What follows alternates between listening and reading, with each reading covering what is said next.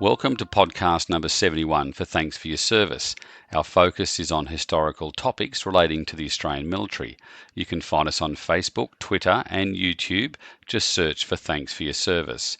Our website is www.thanksforyourservice.net, and you can also email us at info@thanksforyourservice.net. This month, March 2024, marks the 80th anniversary of the Great Escape. Many people have heard about the mass escape of Allied POWs from Stalag Luft III in March 1944, which was immortalised in book and film. You may not know a lot about the Australian POWs who took part. Canberra author Kristen Alexander joins us to tell us more. And joining us on the line from Canberra is author Kristen Alexander. Many thanks for joining us again. No, thank you for inviting me, David.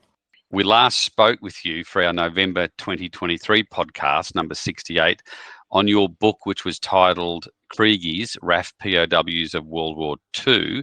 And you reminded me of a very important anniversary, which is coming up in March 2024. What was that anniversary?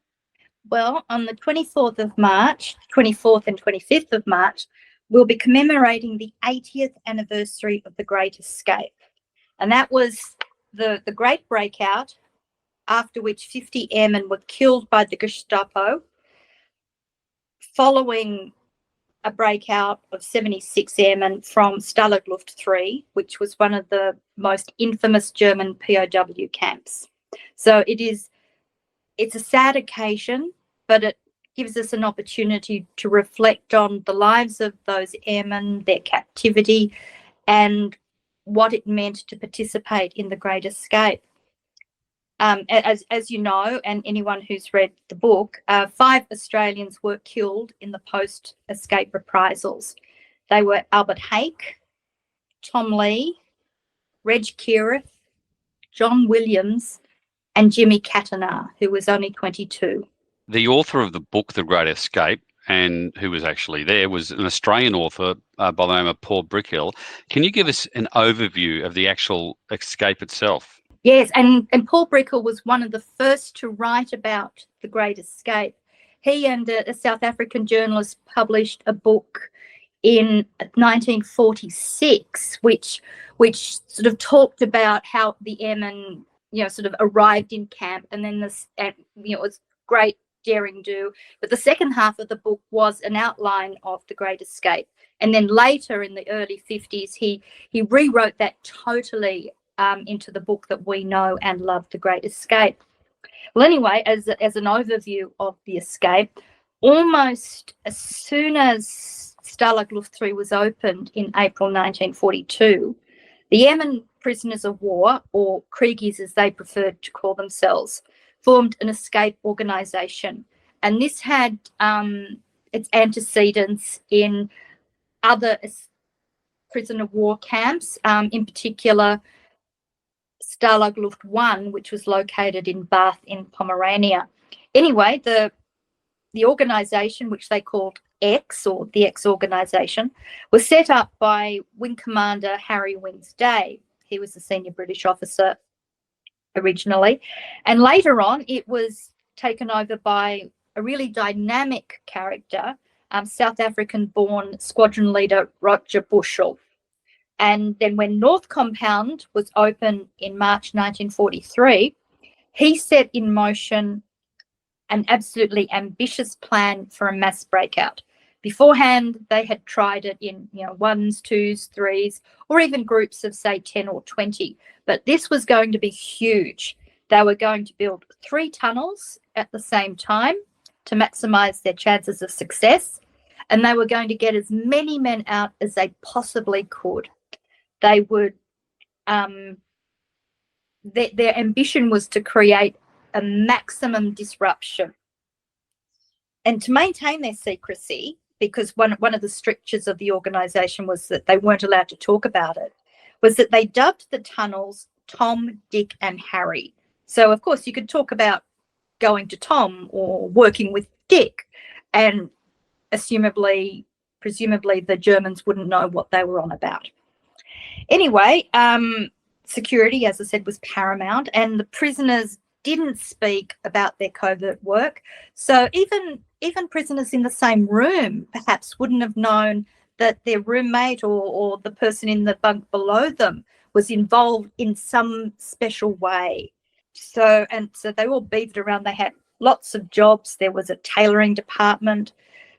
Plenty of men worked on forging identity papers. Others stole, purloined, bartered equipment that they could use in the escape organisation. It kept people really busy and engaged. People performed stooge duties, lookout duties, ferreted away dirt. And they worked on it for about a year. But despite their secrecy, the Germans found Tom. Later on, they repurposed Dick to store escape equipment, and ultimately Harry remained the main focus of the tunnelers' attention. So that was the only tunnel through which they would escape when the time came. Anyway, the breakout was scheduled for the night of the 24th, 25th of March, 1944. They'd been working on it for roughly 12 months. They'd had some breaks because of weather, but it was basically a year's effort. And as I said, 24th of March, that's 80 years ago. The idea was that 160 Kriegies were going to sneak out of Harry, and there would be 40 reserves, if things went really smoothly and they just rushed through. So up to 200 men, they hoped, would break free. The selection of the escapers was a really complicated process. Those with key roles in the organisation, like Harry Day, for instance, were guaranteed a chance of freedom. And Roger Bushell, of course, and they had early tickets, so they would be out of the tunnel. And the early escapees generally had train tickets. They had forged travel passes, but the ones who were sort of further down, they would have to slog it. They would be walking through forests and snow, and they were called hard asses. And it really was a hard slog for those men. But anyway, the selection process, key roles, guaranteed a chance. Others with particular skills were chosen, for instance, German speakers, because they had a good chance there. But most of them were picked by ballot. Names went into either a real or metaphorical hat. And they didn't have terribly much notice of the day that they were going to go. So it was all quite a rush. But anyway, on the night of the escape, those with the ticket, they all assembled in Hut 104. The original inhabitants, so to speak, they were dispersed throughout the rest of the compound, and silently, after lights out, anyone with the ticket, they just snuck across the compound and were let in. And they were dressed in clothes made by the tailoring department. They carried their false papers, their false travel warrants, and they had escape food. Not terribly much, because basically it was all they could carry, stuffed in their pockets or some sort of bag. Jimmy Catternar carried a small briefcase, a cardboard briefcase. Some carried blankets, that sort of thing. But basically it's what they stood up with. And they just sat there and waited their turn. And we call it The Great Escape, and that was a name that was actually given to it by Paul Brickhill's publishers. So we call it great, and it really was. It was an absolutely audacious enterprise, to think that you could possibly try and get, dig 3 tunnels, 1 complete, and then try and get 200 men out under the Germans' noses, so to speak. And it kept them fully occupied for a year. It gave them a sense of getting one up on the Germans. There was also the morale-lifting hope that those who escaped might just get lucky and get home. It really was a significant enterprise. You've spoken about a couple of Australians already, but what involvement did we actually have in the escape, and also those who actually got picked to go through? We actually had quite a lot. said most of the camp, or the compound, because it was a North Compound venture, they had some sort of an involvement. Even if they weren't keen on escape personally, they may have got on the roster for soil disposal. So anyway, most of the Australians who were there helped over the months. As I said, they might have been on steward's duties, which was checking the movements of the Germans so that those who were engaged in escape activity, like Albert Hake, for instance, and his friend George Russell, who were making the compasses, they could raise the alert if a German was coming into the hut, and then all the signs of activity would be hurriedly stored away. Others were penguins on the soil removal rosters. They had the crazy kind of, they would stuff soil into pouches hidden under their trousers, and so with some sort of release mechanism let it out. So yeah, they'd be shuffling around. Some of them were on diversion activities. They might be playing sport in the compound. Others dug in soil into their veggie patches. John Williams, he headed the carpentry department. Reg Keirath worked with him there. They were good friends. They had gone to the same school. They had met each other in the Middle East, and they were in the same squadron at various times. And they worked together, and they and their team confiscated bedboards, which were used to shore up the tunnels. And we've all heard stories about, people going to bed and suddenly collapsing through because they didn't have enough bedboards. They helped construct the trolleys, which were used to ferry the escapers to the surface on the night of the breakout. And they also built the secret cabinets so that the escape-related work, such as, the identification papers or the compasses, would be hidden away from the Germans, because they regularly had hut inspections, and they were always sort of poking around trying to find escape material.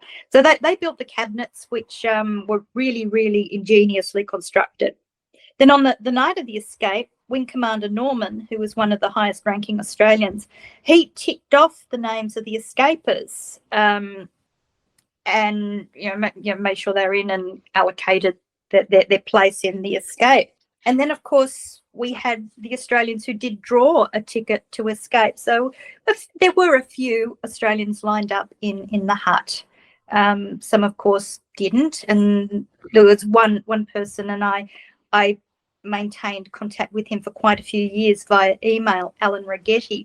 He was really disheartened at the time that he didn't get a ticket to escape. And, of course, he realised afterwards how privileged he was that he did it, but he was very disappointed at the time.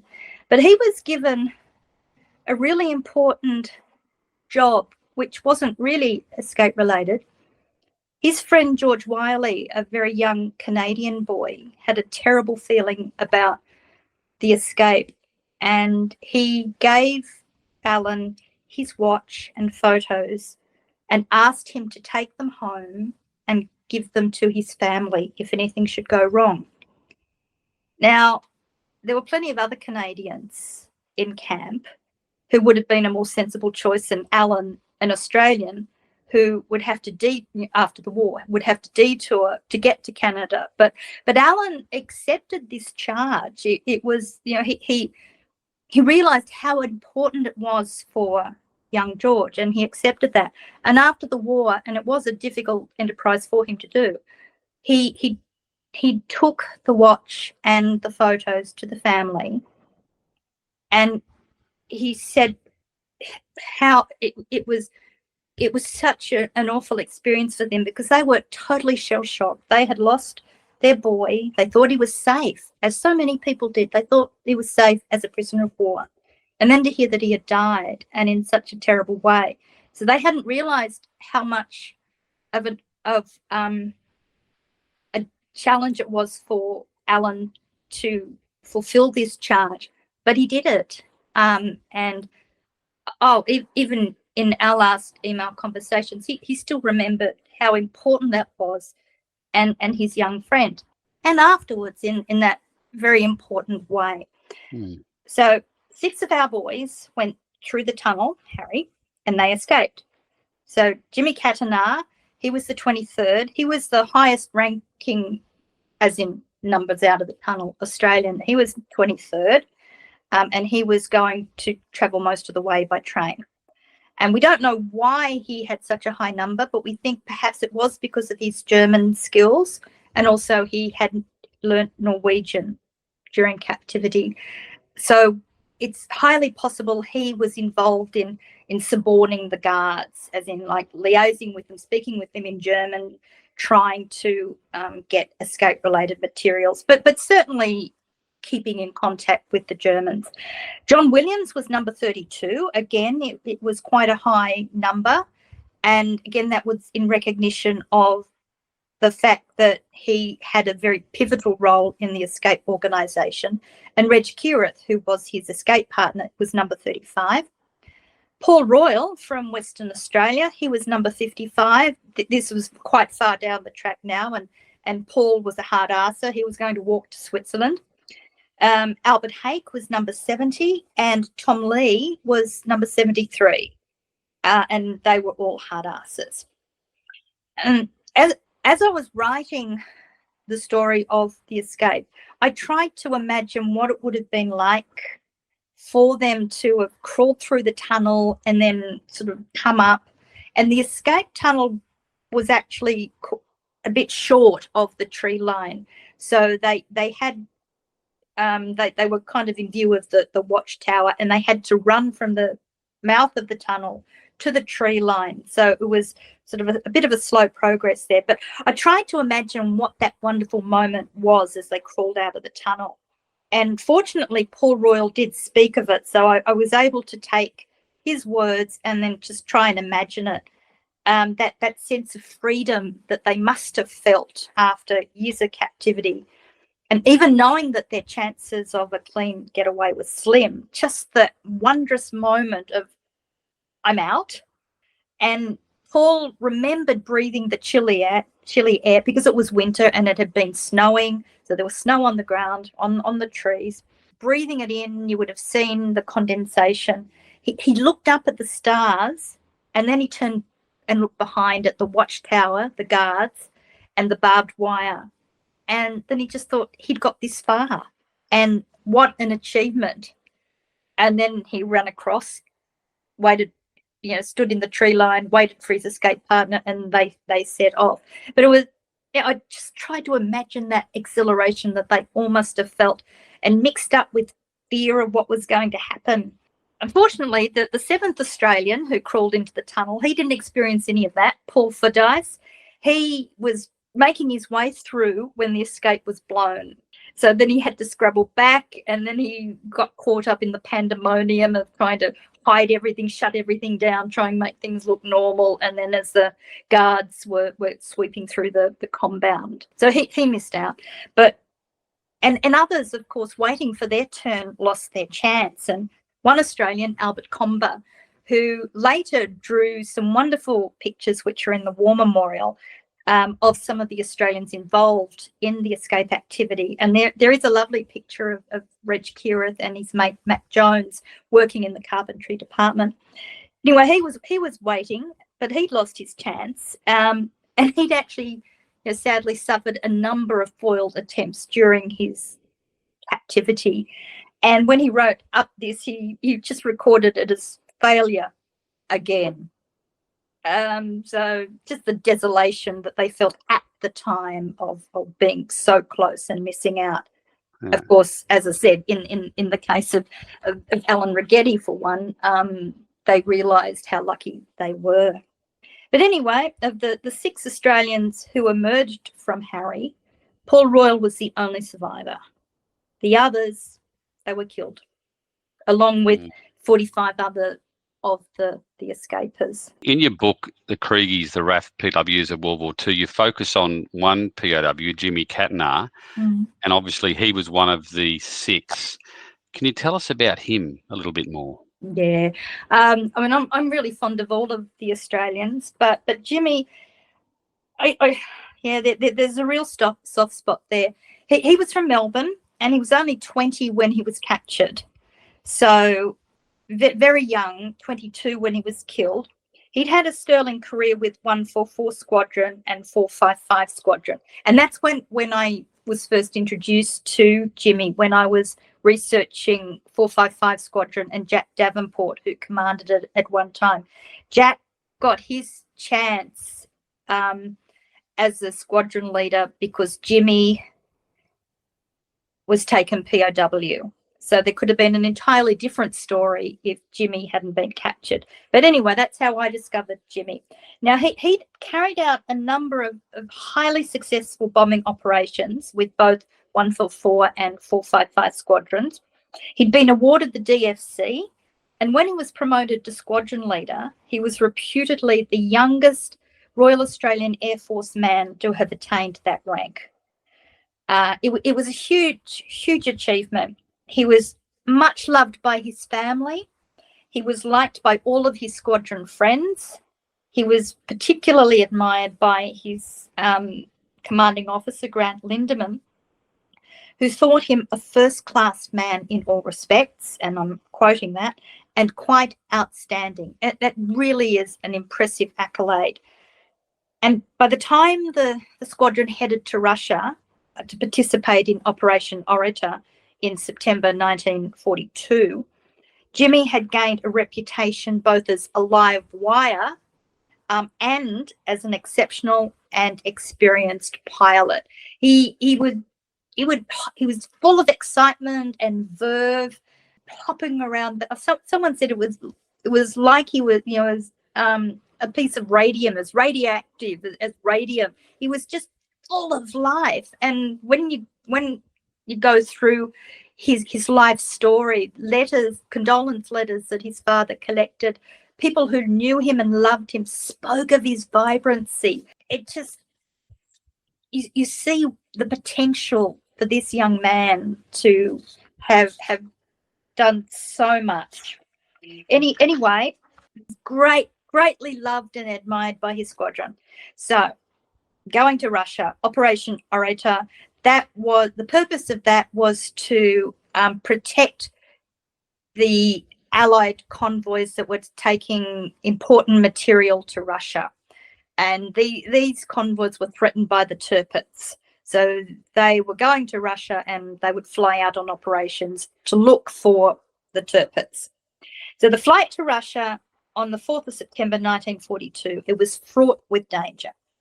It was fully expected that not all of those flying would make it there, as it was just beyond the maximum fuel range of their Hampden torpedo bombers. They encountered bad weather almost from the start, and Jimmy's aircraft went off course. Now, he certainly was running low on fuel, and part of that may have been part of his exuberance when they took off. To help conserve fuel, they were lined up in a very orderly fashion at Sumburg, which was sort of like the furthest airfield that they could get, British airfield. It was very orderly. There was minimum time sort of sitting in the aircrafts, warming them up. But he just could not wait. He saw a gap and he took off early. So he just, his exuberance was there. And they just thought, well, this is just Jimmy. But anyway, he took off. They were violently off course. It was a terrible flight. His navigator, Bob Anderson, wrote about it afterwards. And it was all Jimmy could do to keep control of the aircraft. But he managed to, and then daylight came and they tried to plot where they were and they couldn't work it out because the maps were no good. They weren't where they were supposed to be. So Jimmy stooged along and tried to work out where they were. And when they did, he tracked a course which would take them to Vienga, which was their destination. But as they tried to regain their course the next morning, they were brought down by enemy fire. They had two choices: try and make it to land or attempt to ditch in the Arctic waters, and that would probably be death. At least if they successfully landed, there was a chance that they would be taken POWs. So it was a group decision. They decided they were going to try for land. So Jimmy touched down quite successfully, but they were captured almost immediately. And a month later, he and his navigator were in Stalag Luft III. Some of his letters written in captivity, extant, they're held in the shrine, the Melbourne Shrine of Remembrance, in their collection. And some of them are quite poignant. There's not many of them, so we only have a glimpse of Jimmy's captivity. But we can see in a letter that he wrote to his brother that he blamed himself for their capture. He blamed his own foolishness. He was ashamed that he let it happen, that they became prisoners of war because of him. And we know that, as I said, the flight was a hazardous one. Even if he had have taken off in an orderly fashion, would he have made it anyway? We don't know. It was difficult. He shouldn't have blamed himself, but he did. He was the captain of the Hampden. It was his responsibility, and he was ashamed. But like so many others, he adapted reasonably well to captivity. And we see this in his letters, he missed his freedom and he missed his friends. He missed male companionship of the squadron. Even though you're surrounded by people, he still missed the close relationships. And he missed female company. He had a girlfriend in Melbourne. There are letters from plenty of girlfriends after he was captured, wanting to know how he was going, what had happened to him. So he obviously had female friends in Britain. So he missed all of those. He missed his freedom, and he missed flying. He took to it, so brilliantly, and he missed it. But he particularly resented the futility of the existence. He knew that his life was on hold, but he tried to engage himself in camp life. He took his turn at cooking and housekeeping. He always offered a friendly smile to newcomers, and that was appreciated because it helped overcome the shock of captivity that they were experiencing. But he also looked to the future. He studied gemology and bookkeeping because he had plans of developing a career in the family business, which still exists in Melbourne, Catanars Jewellers. But he was also toying with the idea of staying in the Air Force. So he had options and he was thinking about them. But as I said before, it seems as if he was planning to escape from an early stage because he studied Norwegian and he even got an accreditation from a language school course, what have you, for Norwegian, which arrived after he died. Later on, and these are coming from the letters of condolence which his father preserved and which are in the Shrine collection, those who knew him weren't surprised that he became involved in such a grand enterprise. They just, because he was so full of life, they thought that, of course, this is Jimmy all over.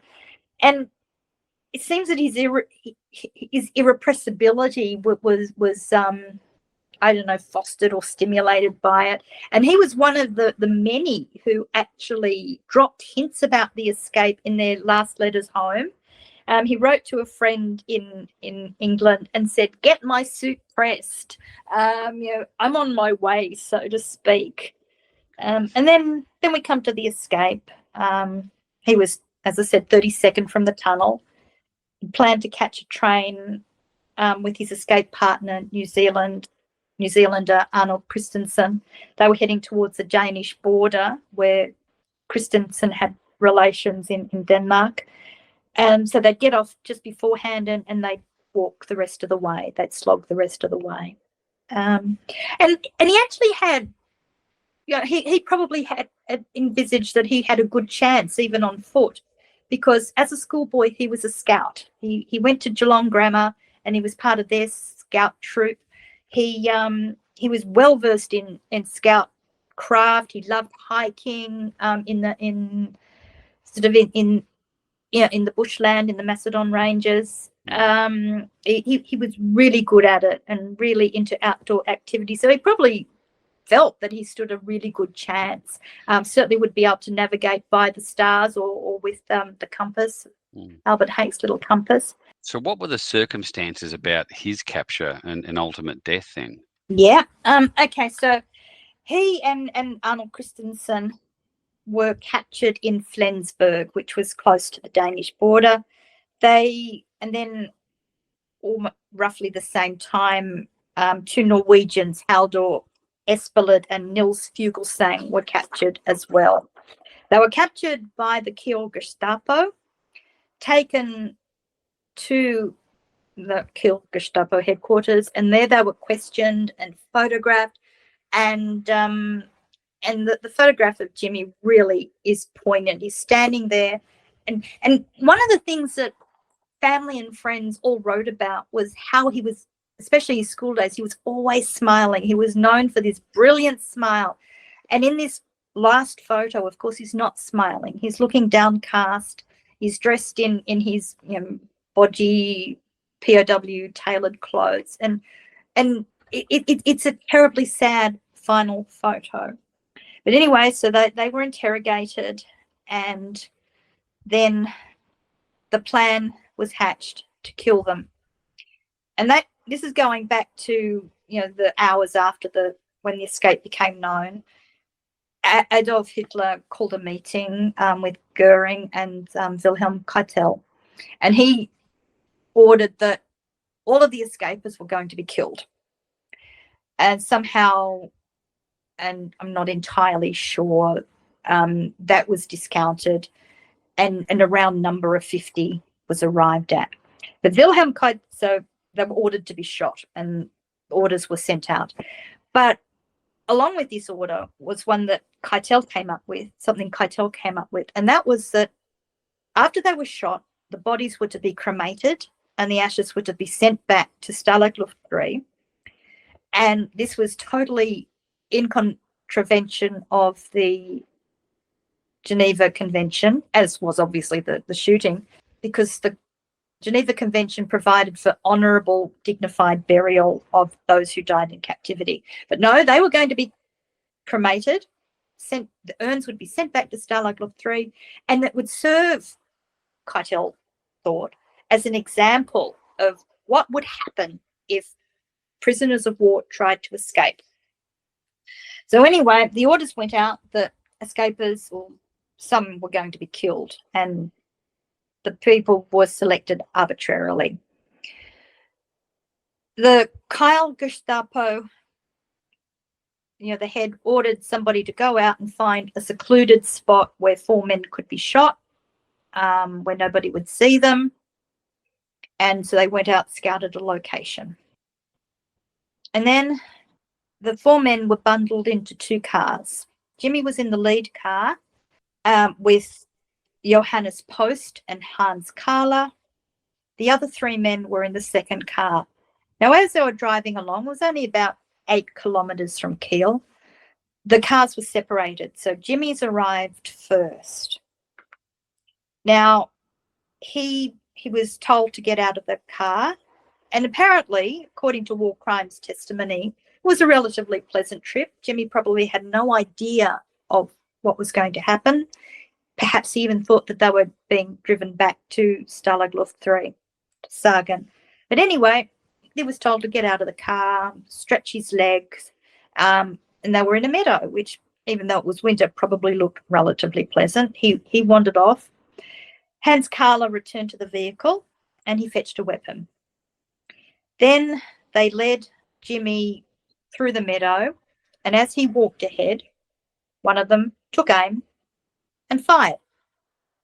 We don't know which one. We don't know who actually killed Jimmy, because later in war crimes testimony, neither would admit to it. And given that they were going to be tried for their lives, it wasn't in their best interest to tell the truth. But we know that someone fired. Jimmy fell forward dead. Then the other car pulled up. The other 3 prisoners got out. Their hands were cuffed behind them. They saw Jimmy's body and apparently exclaimed, and then they were shot. Then their manacles were removed, and the 4 bodies were unceremoniously dumped on the roadside, hidden from view by a thick hedge. And an hour later, they were shoved into 2 wooden boxes and transported to Kiel Crematorium. So the thing that gets to me about this is that it was so cold-heartedly planned. The Kiel Gestapo personnel deliberately planned it because that was their orders. They knew it was against the Geneva Convention. They colluded to get their stories straight because they knew eventually that they would be questioned about it. And they swore an oath, clasping their hands. It's written as a hand clasp in the testimony to seal the story that they would later tell, to claim that it was the truth. But of course it wasn't. And then later, when they were questioned by the war crimes investigators, Johannes Post sketched a diagram of where the POWs were standing and where their bodies were then moved to. And I've included those sketches in Kriegies, which tells of the story of the Great Escape from the Australian perspective.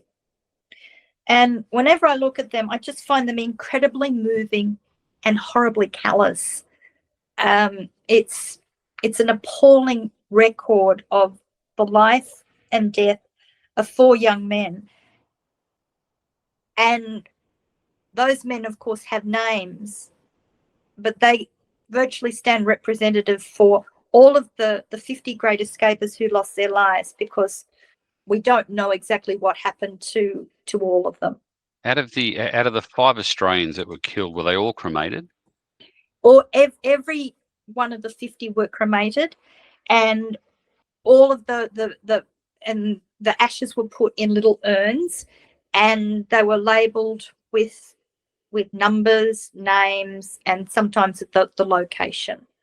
So they were shipped back to Stalag Luft III as Keitel had ordered, and they sort of in dribs and drabs. They didn't all arrive at the same time because they had got all through the Reich when they were fleeing. So they went as far as Flensburg in Jimmy's case. The French border, all over the place. So they were lined up on a trestle table, and rather than an example of what would happen to them, the men looked at them, and of course they were grieving, but they saw these with the locations on them as proof of the maximum disruption, as in how far the men had got, and the great brouhaha, because there was a huge escape or search effort had been launched. So they saw it as evidence of the disruption that they had created, which it's quite incredible to put aside grief and put that spin on this evidence. It didn't seem to occur to them that cremation was against the Geneva Convention.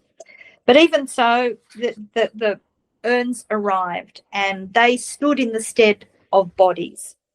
Now, when they first found out about the deaths, those in camp were horrified, they were appalled, they were shocked, especially when they were told that they were all shot attempting to escape and no one was wounded.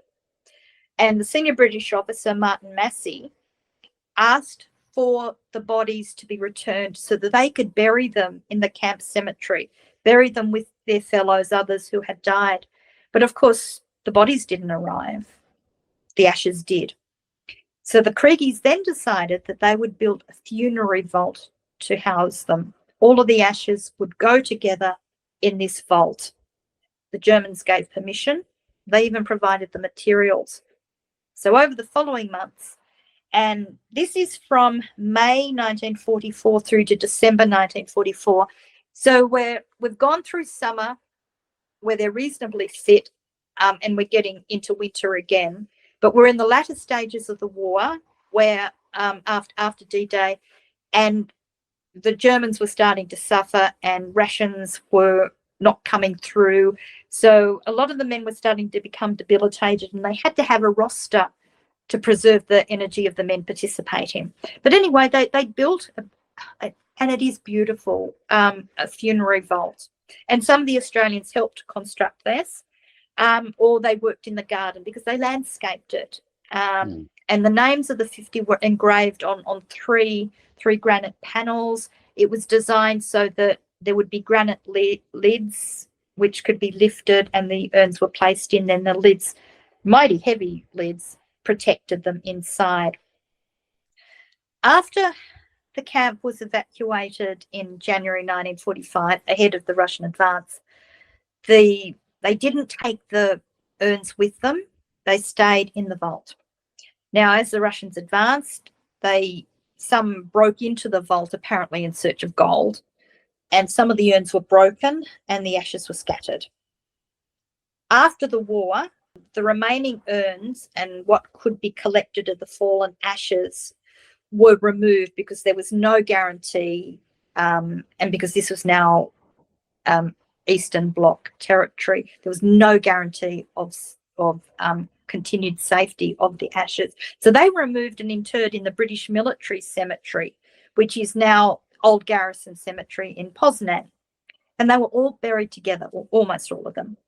Those with complete urns were buried as in an individual grave with an individual headstone, just as we see in any Commonwealth war grave cemetery. Those whose ashes had been intermingled on the floor, like Jimmy Catanar's, were interred in a collective grave. But they were still given individual headstones, so we still have the vision or the image of individual corporeal burial, because there's nothing there to indicate that these are ashes. We as we look at them, we assume that this is the bodily remains of the great escapers, and 48 of them are there. The two exceptions are Dennis Street, whose remains are in the Berlin Military Cemetery, and those of Niels Fuglesang, who was captured with Jimmy, or at the same time, which were repatriated to Norway. So most of them remain together. Like, you know, if you think of the Great War cemeteries, for instance, quite often you've got men from the same battalion buried together. So, you know, so comrades in camp, comrades in the escape, they're buried together. Which, I don't know, it's a lovely thought, and it means that if you are visiting and you're paying respects, not to your family member, but to all of the escapers, because it was a joint enterprise. There may have been individual motives, but it was a joint enterprise. And as we said, this month, or March 2024, is the 80th anniversary commemoration of the Great Escape. Do we know how, either in Europe or wherever, how will the escape be commemorated? Well, I don't know if there's anything happening in Australia. I haven't heard. I do know that the Shrine will be, sometime round about then, we'll be having a podcast about Jimmy Catanar, actually. In Poland, at the camp, there will be a commemoration. I understand that there are British tour groups who will be going. Various family members, people connected with the escapers, will be making what is essentially a pilgrimage to the camp. But I certainly don't know if there's anything specific happening in Australia. I think the main thing will be that people will be remembering, family members will be remembering in their hearts their own family member, the loss and what it means to them. And other people who are connected to Stalag Luft III will be thinking privately of, you know, the sadness of the lives that were lost. Only and the human cost for it, because only 3 made it back to England. Back to England. Only 3 out of the 76 who got out. But even so, despite that human cost, the survivors, those who remained in camp, they believed that the escape was important. They didn't regret it, despite the lives lost, because of what they saw as that disruption that it created. And it made them feel that they were still participating in the war, that they were fulfilling their duty as airmen. They were still part of the Air Force, part of the war effort, and a commitment to hindering the enemy. And so lives were lost, but their lives had meaning. And certainly those lives were positioned after the war as a sacrifice. Those men, Jimmy included, had died. Their deaths were considered sacrifices. That it was part of the war effort, and their lives were nobly given. Yeah, and as we said at the start of the podcast, a lot of people can read about this in your book, and Yes. and we did speak to you again last year about your book. But can you remind people, if they want to grab a copy of your book, where can they get it from? Yeah, they can get it via me at Alexander Fax Booksellers. If they're in Australia, they can also buy it from the War Memorial. Signed copies are available there, or via Booktopia. If they don't live in Australia, they can get it via Amazon. And of course, the ebook is available on Amazon, which a lot of people are finding it more easy to read these days. So it's out there. You won't find it if you walk into Dymocks, but it's available on sort of some online. And you can go back to our podcast and have a listen to you about our book again. And look, thank you. And I wouldn't be surprised if you link this one to the previous podcast. Absolutely.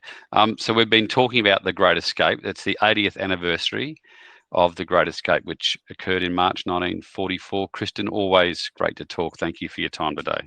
Thank you, David. It's a pleasure as ever. That's the podcast for today.